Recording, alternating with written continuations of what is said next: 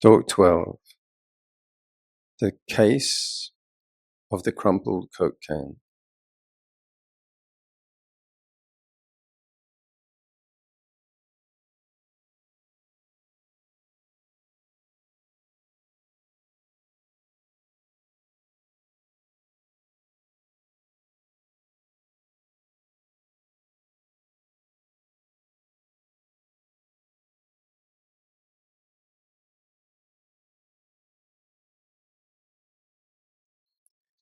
Okay, firstly, let me ask you, have you ever seen a monk turn into a Coke can? Seriously, because it can happen. Now, I won't break a precept by doing it right now, but by the end of this talk, you may have witnessed a transformation. An inner transformation, mind you, if not an inner contradiction. But on one condition, it must be a crumpled Coke can, preferably discarded, unwanted, and not even being recycled. But first, let's take a look at how the Dharma resolves inner contradictions. The Dharma uses letting go. The Dharma encourages moderation. The Dharma promotes wise restraint, non-identification, seeing issues clearly and stopping identifying with them. The Dharma promotes moderation, renunciation, present moment grounding, non-comparison, and relinquishing outcomes. We all need connection. We do. We all get lonely. Having got connected, we want to get out and be alone. We wish for belonging, and yet we also want freedom and independence too. Think of standing in a crowded room and smiling politely, secretly longing for quiet retreat, for rest, and just being alone afterwards. Sometimes when we're in crowded places, public places, train stations, or when you're walking a pavement and a stranger is approaching, do you say good morning or not? Do you want connection or solitude? We want connection, but we feel we need solitude. It's the real thing. Anyone remember that song? A group of peace-loving people from all over the world are gathered at sunrise on a beautiful cliff overlooking the ocean, beaming love and friendship. The camera pulls away. They sing, "I'd like to teach the world to sing in perfect harmony, grow apple trees and honey bees and furnish it with love." Okay, at this point, you probably think this talk is being sponsored by fizzy drinks companies. There is no truth in this. But there is a drinks dispenser at the back in case you feel a need for a lip-smacking, thirst-quenching, ace-tasting, motivating, good-buzzing, cool-talking, high-walking, fast-living, ever-giving, cool-fizzing, peptic ulcer, and tooth cavity. How did this phenomena show up in daily life? Well, think of these scenes. A person arrives at a group meal and they hesitate. There it is. They're unsure where to sit, who they naturally belong beside. They want connection. And they need to be solo. Or another one, in a shared kitchen. Two people are there already, and they're in mid-conversation while someone else enters and waits quietly for the kettle to boil, hovering at the edge of the exchange. The first two, they are connected. The third, solo, can't quite connect. Not sure if they could or should. Wanting connection, but also needing solitude. A third, A hubbub or chatter is going on in the staff room in the school. And someone walks into the room. The voices all dip slightly. Everyone was connected.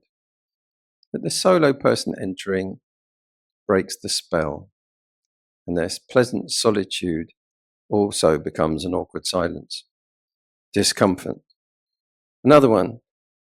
At a group meeting, laughter breaks out, but one person is half a second late, and their eyes tell they don't quite understand the joke. George's label. In Vienna, meditation teacher George Bickel visited me early one morning, giving me a rousing speech on mindfulness and the importance of every single moment awareness. With his sweater on back to front, so that the label was sticking out under his chin. The rest of us were busy, silently suppressing a smirk as George looked around. What is so funny? Someone sits alone in a cafe, watching everyone else, while pretending not to. Unlike everyone else, they are unabsorbed. A person is happily alone, breathing, sitting peacefully, enjoying the nature. Just as silence has settled very comfortably, there's a timid knock at the door. There's the solitude that they were looking for. Now we're going to have community. We're going to have connection, whether we like it or not. On an aeroplane, elbows negotiate, nudging for the armrest. Ever done that before? It happens without words. Both want their space. Both might open up and connect and start a conversation. But then the sharing would follow, and that would mean sacrificing solitude and possible sleep. Sharing the seat rest, my night flight over Karachi. When I first ever long flight, me and my school friend were aged 21. We flew from London to Moscow to Karachi, Pakistan, to Bangkok to Manila. I had never been on a night flight. Thus, I had never seen the planet Earth from the sky at night. It was one of the most exciting and inspiring experiences I'd ever experienced. As we left Karachi at night, about to fly over India, we had been given aisle seats. An Indian businessman, frequent flyer, was stuffed into the seat by the window. For me, the prospect of seeing India at night and taking off was already exciting enough. But then, as the airplane tilted for the first time, I saw an entire city lit up at night. I was breathless, and it looked like a jewelry box of diamonds had been spilled out onto black velvet. I was jumping over the seats and wide-eyed, grabbing my friend to come and see out of the tiny window. Next to the window, a bulging, unshaved businessman with black rings under his eyes threw another peanut in his mouth, looking at me with disgust, as if to say, "It's a bunch of lights. What did you expect to see from a plane taking off over Karachi? Flying camels?" And what are the Dharma connections in this? This wanting connection, but also needing solitude. Connect or open up. Privacy and mind my own business. Space or being friendly? Be focused or stop what you're doing? I don't know you versus common good manners and community spirit. Mindful introspection or unconditional love. Wise selective companionship or all-inclusive hospitality and metta. So the Dharma principle here is wise association and seclusion in balance. If we look in suttas, we find in Upada Sutta, Samyutta Nikaya 45, spiritual friendship is the whole of the body. It's the whole of the holy life. And viveka, or solitude, passages are in many suttas that seclusion gives nourishment in Majjhima Nikaya. The Buddha praised good friendship. He praised it deeply, but himself would repeatedly withdraw into forest alone. Community sports practice. Solitude deepens it. Both were and are part of the training. As human beings, we need one another for warmth and perspective. We need solitude for clarity and inner balance. We need wise companionship to support the path, and seclusion to deepen it. We need connection for belonging, and solitude for integration. We need others, and we need space to do our inner work. So wanting to belong, and also needing autonomy. How does the Dharma resolve such inner contradictions? This wanting to belong, but also needing autonomy. It's perfectly natural to want to belong, be the property of a place or a group, or to be a member of a particular group or organization, and to have an affinity for a special place or situation. But we also need autonomy. So what is autonomy? It's self-government, independence, sovereignty, freedom. We also need freedom from external control or influence. We need a balance between membership and independence. Clinging brings pain of separation, isolation, and a sense of being misunderstood, excluded, alienated, may just increase paranoia and neurotic imaginings. So perhaps we can look at the way the need is for intelligent and sensitive balance, not just one or the other in extremes, all about the group, all about isolation. Belonging involves attachment. We cling to places, cling to people. We cling even to clothes, to gadgets, to devices. We feel comfortable with a routine of foods and weather climates. Then there is freedom from attachment. Freedom not enslaved by attachment. Wanting connection, but also needing solitude. Wanting mutual friendly trust, but also needing emotional safety. So what is that? What is mutual friendly trust? Let me give you some examples. But before I do, a quick tale. You sure? Okay, so late at night, a man wakes. Rain is hammering down. The clock says 2 a.m. He hears a knocking on the door downstairs. His wife says, "Go and see what that is." So he reluctantly gets his coat on over his pajamas, leaves his warm coat. The knocking comes again. He puts the chain on the latch and carefully opens the door a little. In the pouring rain, a man is there. The smell of alcohol strong as he slurs. Sorry, excuse me.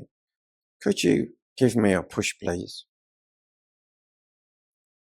Behind the door, the man replies, I'm sorry, mate. You're completely drunk. You shouldn't even be driving. No, I'm sorry. I don't want to get involved. Look, there are some other houses along the way. And he slams the door closed, thuds up the stairs grumpily, goes back to bed, switching off the light. Who was that? Asked his wife in the darkness. Oh, never mind. Just some weird drunk, absolutely sozzled. Go back to sleep. After a while, her voice is heard again.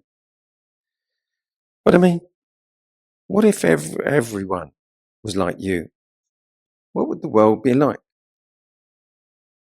You remember that time we broke down on the A1 in the middle of nowhere and you walked across that field to a farmhouse and the farmer let you use their phone to call the car service? You remember the wife even put a thermos of hot tea in when you came back? After stewing in the dark for a short time, he responded, oh, okay, I suppose so. I'll go see. So he put his work trousers over his pajamas, his thick raincoat on, and a hat, got an umbrella, and pushed open the front door. All he could see was pouring dark rain. He called out, Oi, okay, I'll give you that push. Now, where are you? Then a drunken voice came back from over the hedge. I'm over here, sitting on this swing. So, yeah. Mutual friendly trust. So, wanting connection, but also needing solitude. Wanting mutual friendly trust, but also needing emotional safety. So what is that? What is mutual friendly trust? Let me give you 5 examples. Firstly, there's an environment where everyone feels comfortable sharing their thoughts openly, knowing others will listen with kindness and without judgment. Or second, there's a setting where everyone trusts that their personal boundaries will be respected. And there's no pressure to disclose more than they feel they are ready for. Thirdly, there's a relationship where each person knows they can rely on the other for honesty and constructive feedback without any hidden agendas. Fourth, there's a shared understanding. When emotions or challenges are expressed, they will be treated with care and confidentiality. Or lastly, a space where encouragement and support are given freely. And nobody there feels they have to perform or prove themselves to earn that support. So this was mutual friendly trust. Mutual friendly trust. Well, we all need it to grow healthy and clear. Often we lack such places, such relationships. So we have to cultivate them, seek them out, develop them. Then we have to practice it for the benefit of others too, seeing how essential it is.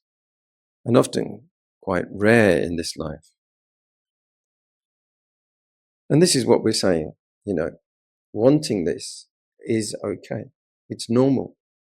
People want mutual friendly trust, but they also need emotional safety.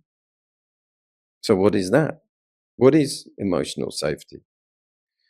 Let me give you 5 examples showing a kind of definition. What emotional safety might look like. It's perhaps feeling free to express your thoughts or vulnerabilities without fear of ridicule or rejection. Or second, knowing that disagreements can be discussed without escalating into personal attacks or threats. Another one, having trust that your emotions will be met with empathy or understanding. Even if someone doesn't fully agree, emotional safety can be feeling safe to set boundaries and have them respected without guilt or retaliation.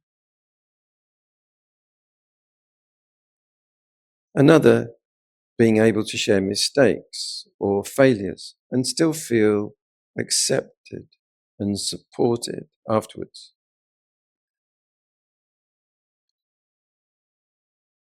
And do you feel okay with that it gets held comfortably without being judged? Hot foot in Manila. People can be very judgmental. I was once staying in Manila. I would go out with my arms bowled barefoot. I would walk along a road with a broad river on my right side. Because of the river, I always knew where I was and didn't get lost. One day, for variety and to go see, I decided to cross a bridge over the river. I thought it would be easy enough. Once over the bridge, I could turn right. As long as I walked back with the river on my right side, it would be fine. Eventually, I would see where I was staying, over on the other side of the river, and go along to the next bridge.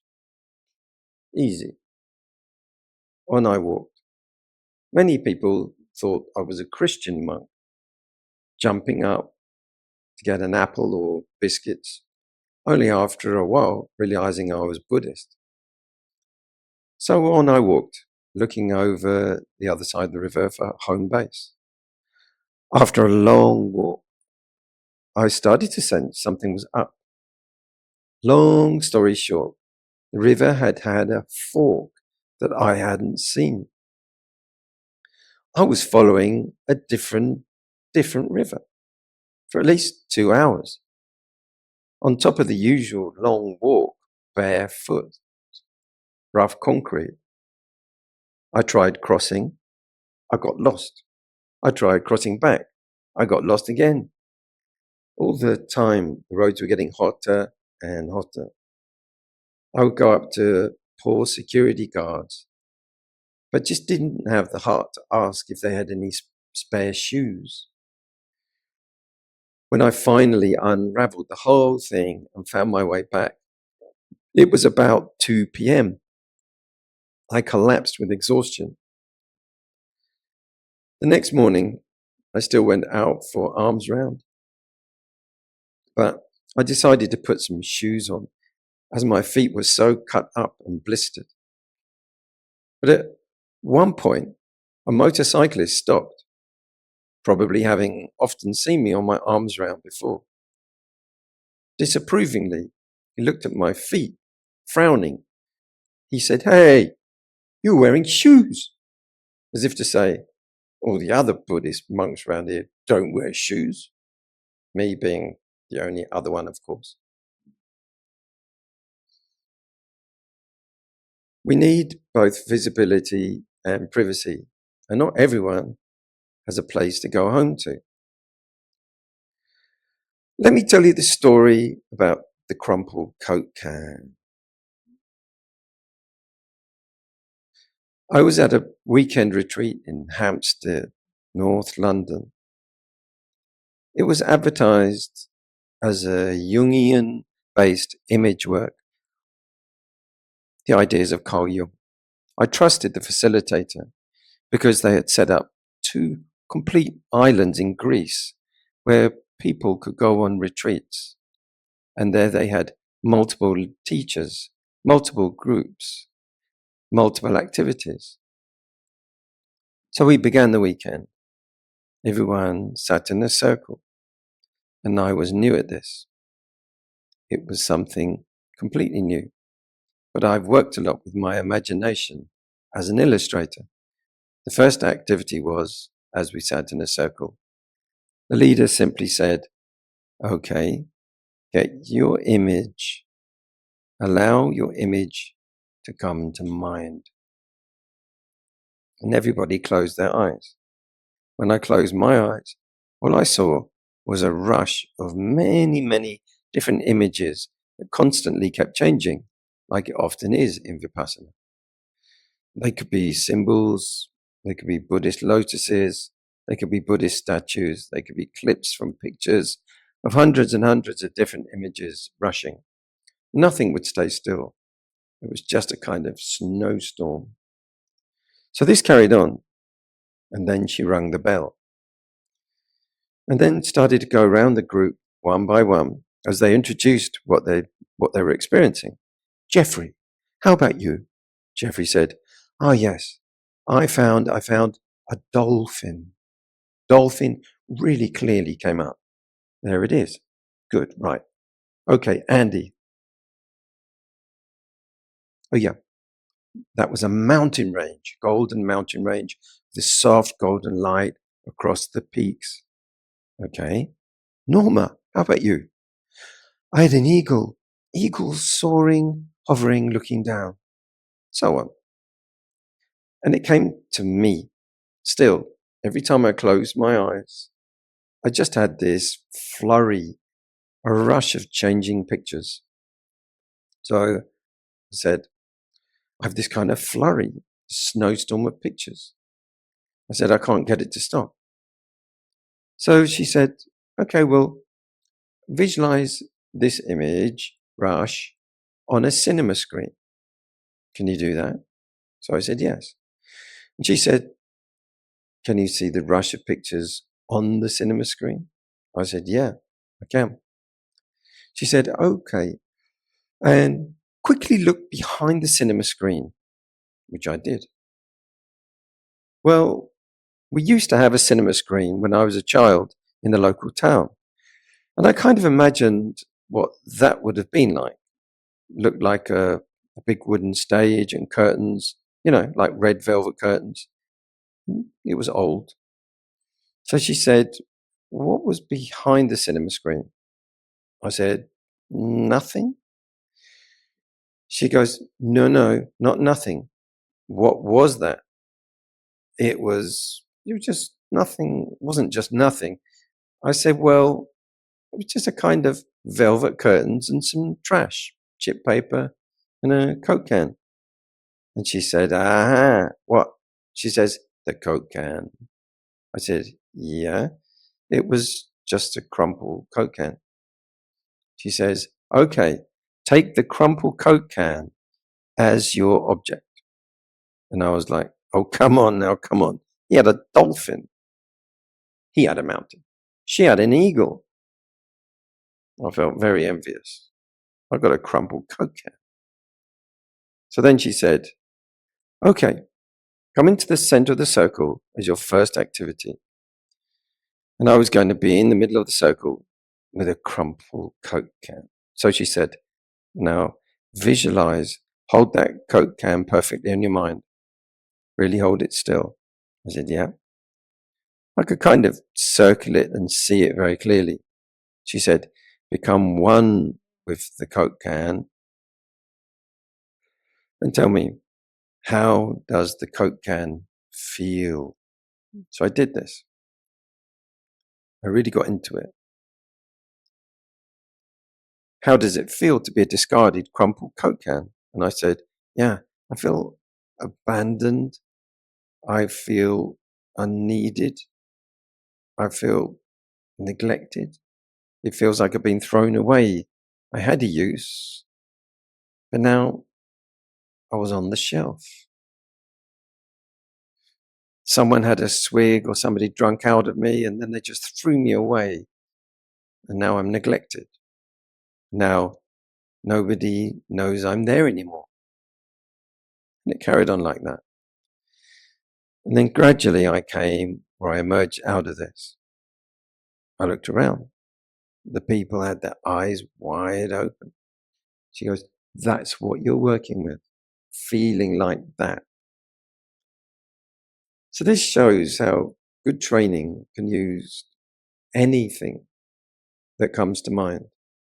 I was feeling abandoned. I was feeling neglected. I could at least have had an abandoned dolphin. And that teacher showed me a very useful skill, a skillful means. The skill is learning to become one with whatever arises. If you push it away, you split the mind in two. In my first meditation center, at first, as learner meditators, we're like someone learning to drive a car, how to operate the controls. We want to indicate, but the windscreen wipers start up. We need to park on our own meditation cushion in line with all the others. But the car alarm goes off in public. The lights go green and we put the pedal down, only it jumps forward and stalls.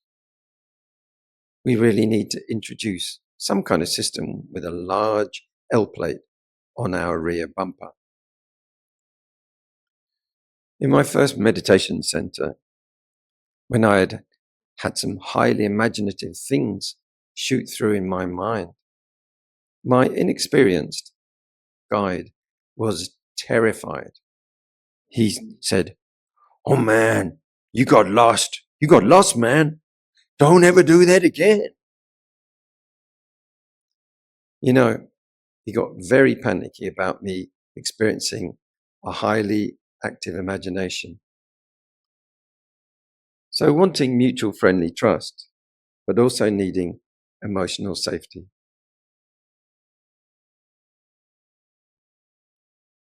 The unwelcoming sneer.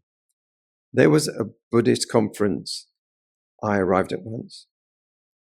I traveled some 2,500 miles or so, not barefoot, mind you. I went directly from the Philippines. I went directly from the airport. So, I had one of those purple puff shoulder neck rests. I was wearing that. I had these long tan Mahayana overrobe and a folded woolen blanket, from sleeping, all crumpled over. I had my ear defenders were still around my neck. Some black eye masks were dangling from my pocket. And it was practical, but unconventional. But I also had some dark red sneakers that proved practical for schoolwork. Vans, off-the-road skateboard shoes. So you can imagine that arriving with my 20-kilogram flight case at the Buddhist convention, direct from the taxi, I may have looked somewhat less than your usual monk. And there was a very senior British Theravada Orthodox monk there, visiting from Thailand. He puffed himself up, horrified and disgusted. He sneered and snarked loudly.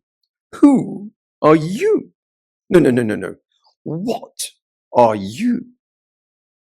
Looking with disgusted contempt at my appearance, as if he had kind of scraped me off his shoe, without a word of greeting or welcoming. Who are you and what are you? They were rhetorical questions. Who are you and what are you? He meant to alienate and prejudge, made to make me feel excluded, unwelcome, and himself feel superior, included, and entitled. Actually, I recognized him as someone I'd once slept at his place one night in his room during an unexpected stopover in Bangkok. We'd chatted friendly. I warmly reminded him of this pleasant enough evening. To my horror, he boomed out, "You stole my bus pass." This I could not believe. Incredulous, I hotly denied it. What on earth would I want with that? I was there in Bangkok taking 2 taxis and never coming back again. Those are all on superficial appearances. So warm, unconditional love, warm welcome makes everyone feel comfortable. There's no boundary or limit for this. It happens all over the world, in every culture, or it can do. Or somehow it doesn't.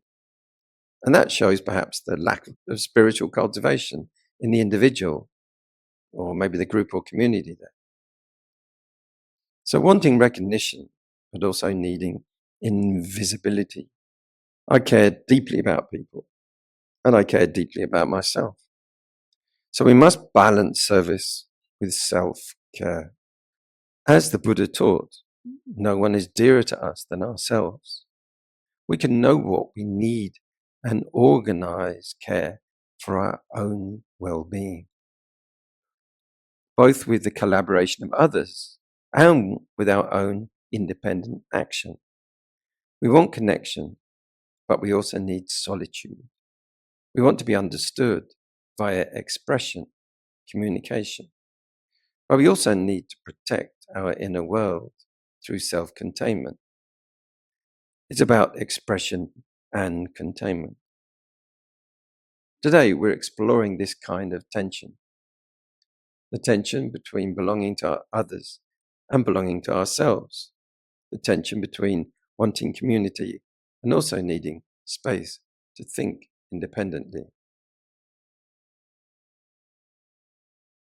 Paul Simon wrote, "And from the shelter of my mind, through the window of my eyes, my thoughts are many miles away. I know that I am like the rain. There, but for the grace of you, go I. I stand alone without beliefs. The only truth I know is you." Actually, that last one is a very dependent kind of look. Do you remember the story of Padachara, who lost all of her family in a flash flood? Her infant children left on a riverbank, struggling to carry them across. And one was picked up, carried away by a large bird. The other drowned. Her parents' house, it turned out, had collapsed, killing them all. Floods of grief, scattered, fragile, alone. Michael Stipe of R.E.M. wrote, "Life is bigger, it's bigger than you, and you are not me. I'm trying to keep up with you, and I don't know if I can do it. Oh no, I've said too much. I haven't said enough." So we want community, but also need space to think independently. Between vulnerability and boundaries, we want support. But we also need self-reliance. And it's little acts of kindness and humor that remind us of that.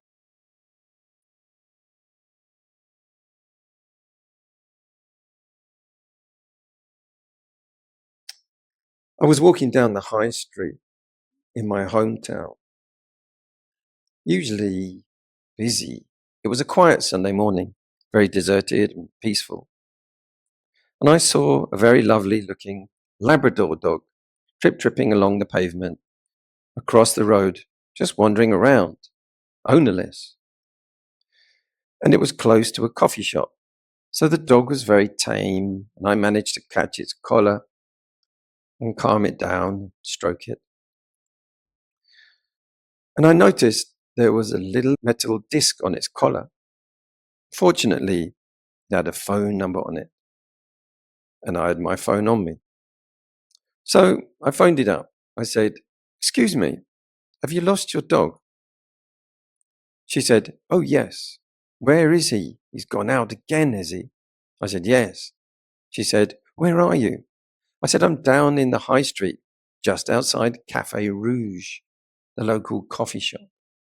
And she said, okay, wait there. I'll come and get him. While I was waiting there, and to my surprise, a waitress in black and white costume came out from the coffee shop. And she said, oh, hi, we saw what you did. Would you like a bowl of water? So I said, no, it's okay. I had a cup of tea before I came out. I love community deeply, especially when everyone else has gone home. It's lovely to have a nice, close-knit family 2 cities away. With that, let's all appreciate this community, this group, our unconditional support of each other, and the joy of solitude and of peaceful inner being. Okay, everyone, let's wind up this talk. Take care, breathe calmly, relax your body, and know that you're welcome, you're unjudged, you're among friends, and that we foster an atmosphere of calm, non-judgmental, inclusive awareness.